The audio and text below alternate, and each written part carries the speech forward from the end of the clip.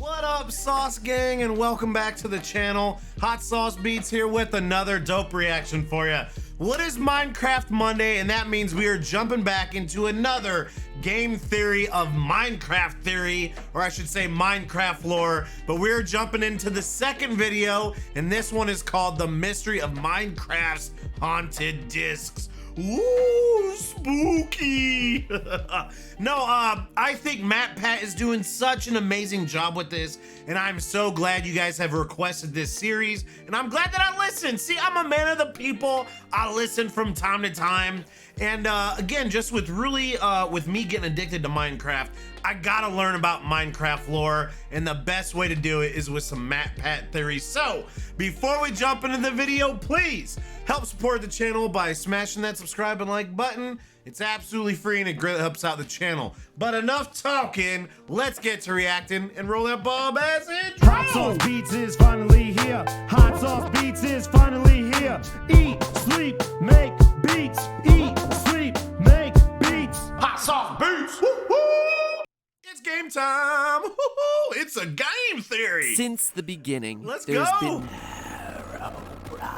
one mystery long unanswered in the world of Minecraft. One set of game design decisions so creepy, so disturbing, that they feel like they come from a completely different game. It's a riddle that, once solved, exposes more of the hidden lore that's buried deep inside this world. Today we're covering the mystery of the broken discs 11 and 13.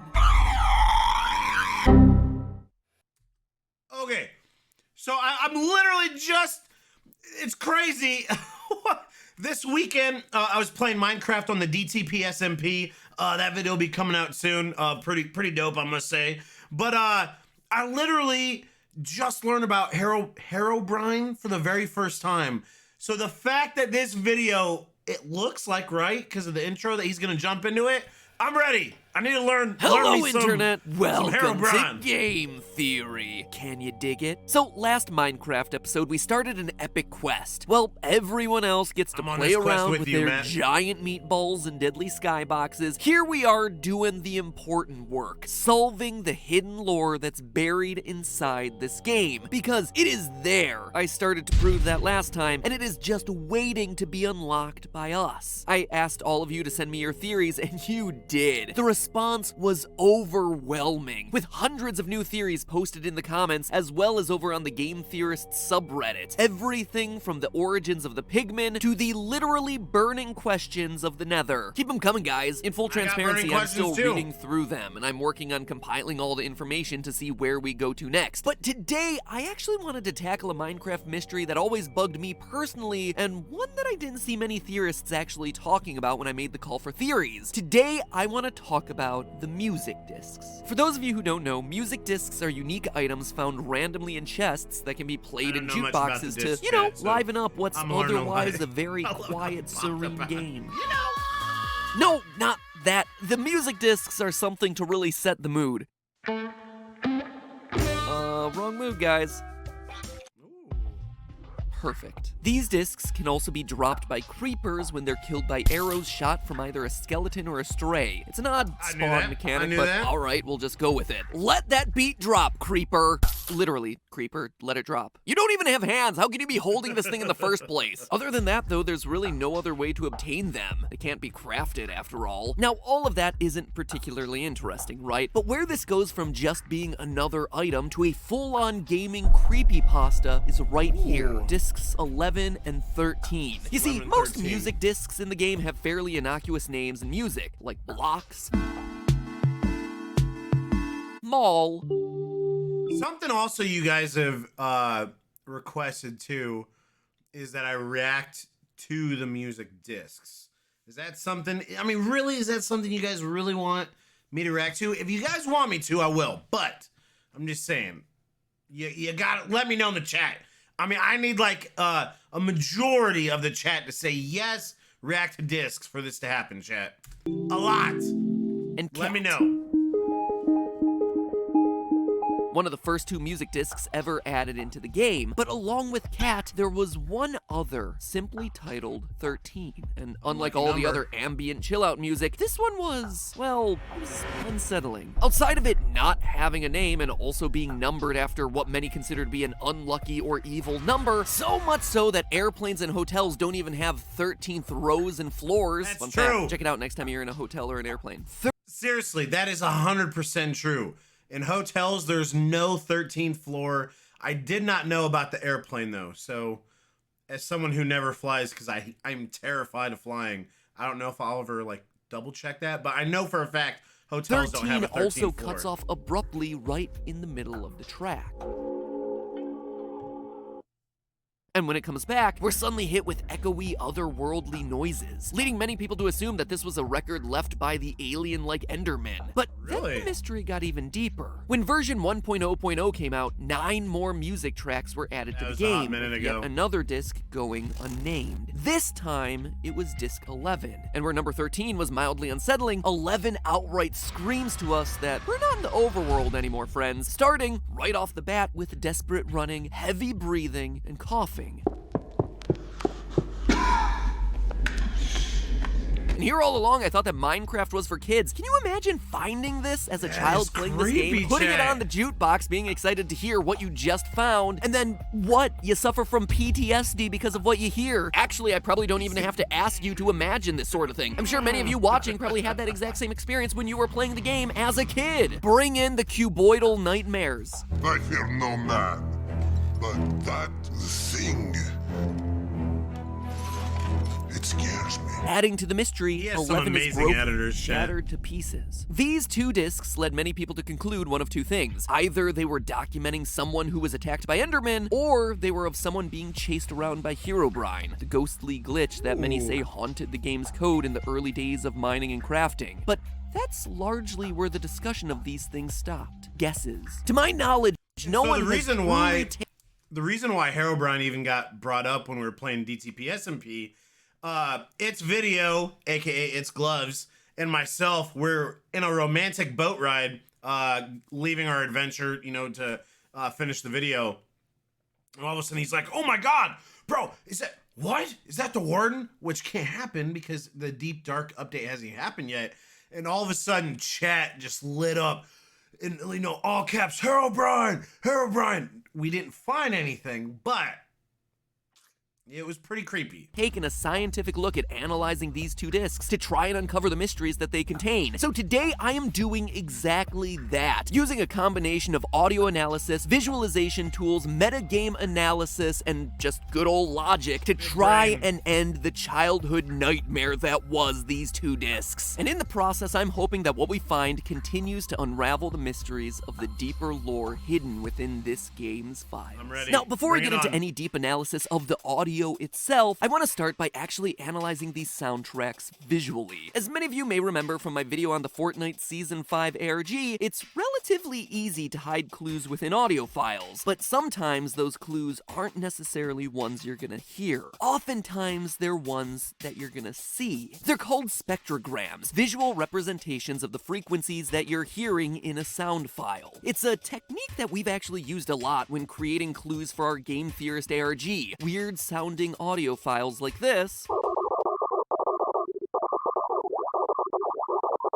that, when changed into a visual format, give you everything from web addresses to secret passwords like this. Crazy. Wait, what is this? What's this code? I wonder where that could lead to. Yeah, that's it. 7v7. No way! I can't believe it! New back-to-school game theory merch? Wow! This stuff looks perfect for any mining or crafting adventure. Forget diamond armor. The only thing I want to be wearing around is this heavy-duty theorist backpack. Perfect for storing school books, laptops, or cubes of dirt. Or a pickaxe, apparently, since I told Chris to buy some props for the shoot, and he instead purchased real pickaxes, as opposed to, you know, Minecrafty toy ones. And that's that's not all. We've got ourselves It's a a hard game shell pencil theory. case, perfect for keeping your favorite art supplies sharp, organized, and intact. Take my emeralds, please! And speaking of pens and pencils, there's a brand new Does he take hardcover emeralds? journal where you can start putting them to use, drawing your own fan art, crafting your own theories. Heck, it even comes complete with notes and illustrations from past game theory and film theory episodes, including Bendy and It's the a Ink Machine game and Harry Potter. theory. It's all available right now by digging a hole in the top line of the description. You don't need a safety torch to find that one. Go now, since unlike in Minecraft where everything's unlimited, here we have a limited supply, and once they're gone, we can't craft anymore. Now, where was I? Forever. Oh yeah, discs 11 and 13. Discs 11 and Forever. 13, while they are certainly creepy sound files, they're not filled with the types of sounds that would make me immediately think to put them through a spectrogram. However, there was one finding that I wanted to put to the test for today's theory because I was kind of skeptical about the results that they had. A French Minecrafter named Bicidro supposedly made a spectrogram of the sound files and said that he found both a creeper face and the numbers 12418 hidden inside. It sounded like a lot of fake news to me, and the screenshots that were circulating the internet just felt a bit too perfect, a bit too Photoshoppy feeling for me, so I redid the whole spectrograph test using my own tools, and this is what I found. It was 100% true. This wasn't just a bunch of karma fodder, something cool that someone made up to try and get people's upvotes. The images are actually there, hidden within the sound file. But then what does it mean? Well, interestingly enough, the numbers appear to be a secret signature inserted in there by the music's producer. Minecraft's music was produced by a man named Daniel Rosenfeld, better known online as C418. And wouldn't you know it, but the numbers 1, 2, 12, and hexadecimal code or hex code translates to the letter C. Thus we have 12418 actually being a code for C418, his online name. The creeper face, meanwhile, well, it's a creeper face. Maybe these tracks are less made by the Enderman and more a product of our little moss bombs. To know for sure, though, we have to keep digging. To continue being good little AV club members here, we're gonna need the A to go along with the V that we just...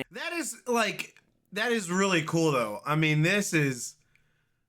you can do some pretty sneaky stuff. You know what I mean? When you're talking about lore or ARGs, and just something like this, like that is just insane. Analyzed, hopefully giving us a clearer picture of what exactly is going on. So let's play this thing, starting where it all began, disc 13. Here's a copyright neutral clip. Are these copyrighted?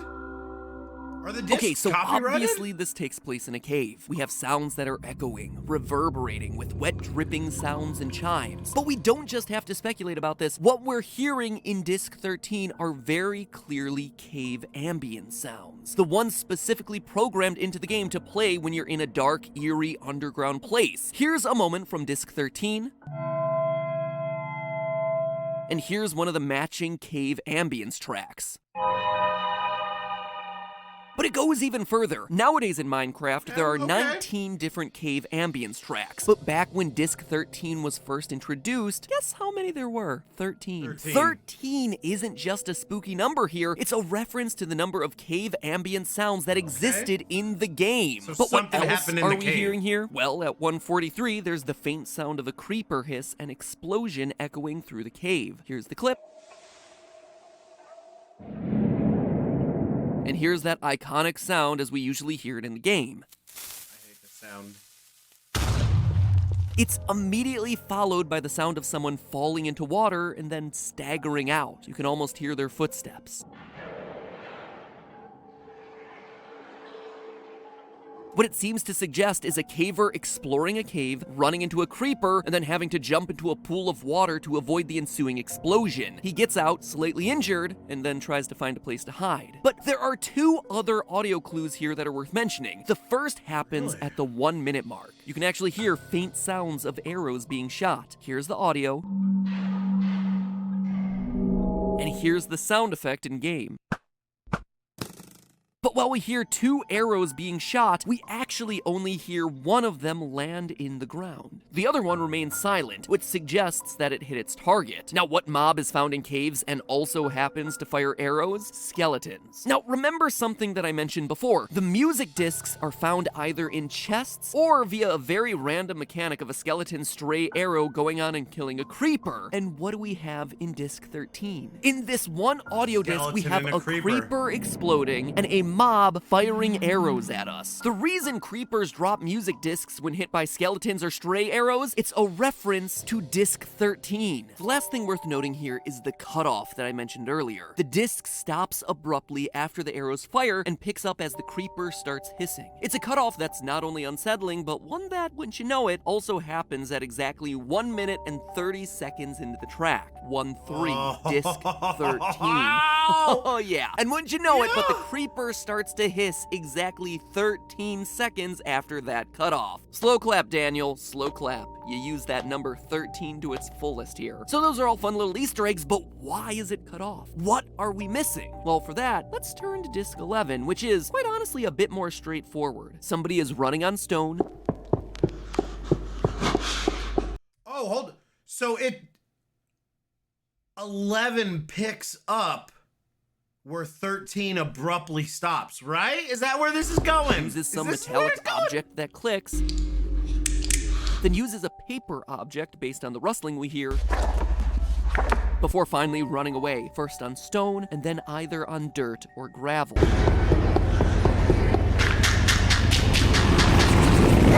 Throughout the audio, though, we have a disturbing addition: coughing and heavy breathing. Human coughing. Sounds that feel very out of place in our perfect little block world. And then it just cuts off. No words, no music, no explanation. Just cuts off at the 1 minute and 11 mark. 1 minute and 11 seconds.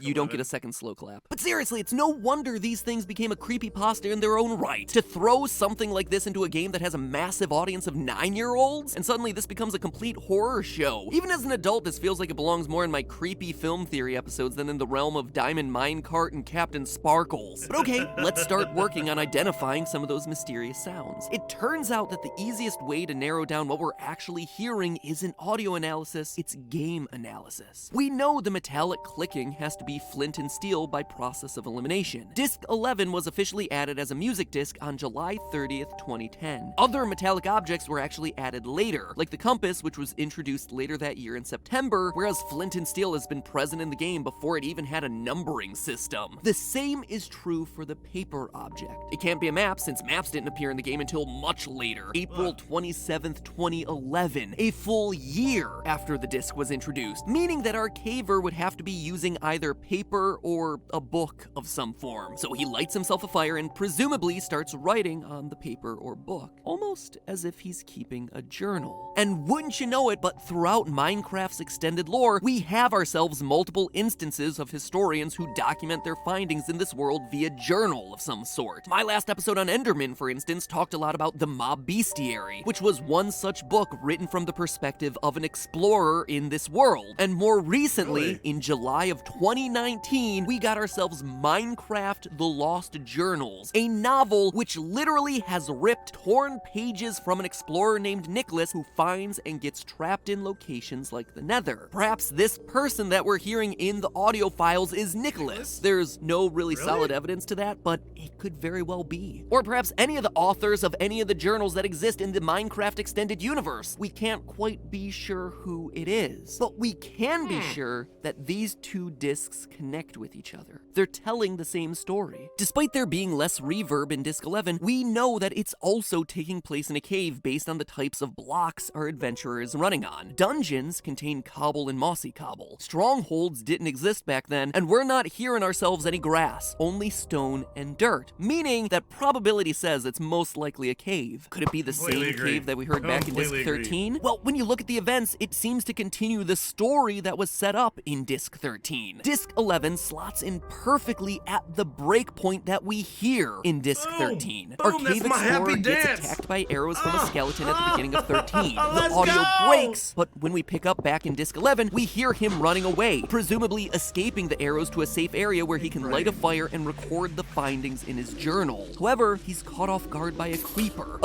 that causes him to get up and run away, and as we hear back when disc 13 picks back up again, explodes, resulting in him jumping into water at the last minute minute to avoid the explosion. We end our little vignette here with him trying to find some place to hide and dry off. Heck, perhaps that's even why Disc 11 is shattered in the first place. It broke during the explosion with the creeper, or during our caver's fall. And that, my fellow miners and crafters, seems to be the story of Disc 11 and 13. A story of creepers and skeletons, and why music discs spawn that way. A story of journalists who are lost underground in caves. A story of broken records and hidden visual Easter eggs. But what's most interesting of it all is that it confirms a part of my last theory. The belief that there was an ancient civilization of builders present here in these games before we arrived. People who came before us. No, these discs weren't created by Endermen, but perhaps more unsettling, they were made by men, humans, who aren't here any longer. A race of people who tried to explore, document, and understand the mysteries of this world, but didn't survive long enough to pass their knowledge on to us. Their journals are lost, their records are broken, their structures are left empty. Sure, discs 11 and 13 might not be as creepy as we once believed them to be when we were younger playing this game, but they allude to something much more dire, an existential dread. This cave explorer is gone, without a trace. His people are gone, vanished into thin air, and now we're here, alone, and putting together the lost pieces of this civilization. Could the same thing that happened to them happen to us? But hey, that's just a theory. A game theory! Thanks. That is so fun to say! Oh my god, chat! Chat and Matt Pat, let me bring you in. It's a game theory! Oh my god, that was so good! I gotta say, I still think with the first one, I think there's still a lot of questions, right, that we have on the first theory in regards to the Enderman. And maybe more stuff will get answered later on in some of these, 'cause I think there's 16 of these videos. But I think he pretty much hit the nail on the head with this. Like, hit the nail on the head? Hit the head on the nail? Hit the nail on the head. Yeah, I think I said that right. It's late. It's late. I'm sorry. It's like, it's super late. But no, I really do like this, and I think, again, I think Disc 11 literally is right in the middle of Disc 13, where it like abruptly stops and then picks back up. I think all of it, honestly, makes perfect sense, from the sounds that's in a cave, that it was, you know, maybe an explorer that fell down in a cave, and then, you know, the whole creeper and skeleton going after him. Well, I guess the skeleton went after the creeper, but you get what I'm saying. No, I love this. And this, I mean, just these are so well put together, and they just have me really excited for more of these, because this is stuff that I have no clue about with Minecraft, that because of Matt Pat's amazing analysis and these theory videos, I'm starting to learn. So chat, let me know what you guys think of this. Do you agree fully? Do you guys have any other theories in regards to Disc 11 and Disc 13? And do you think I should listen to the discs for the very first time? And are they copyrighted? Like, how would they be copyrighted?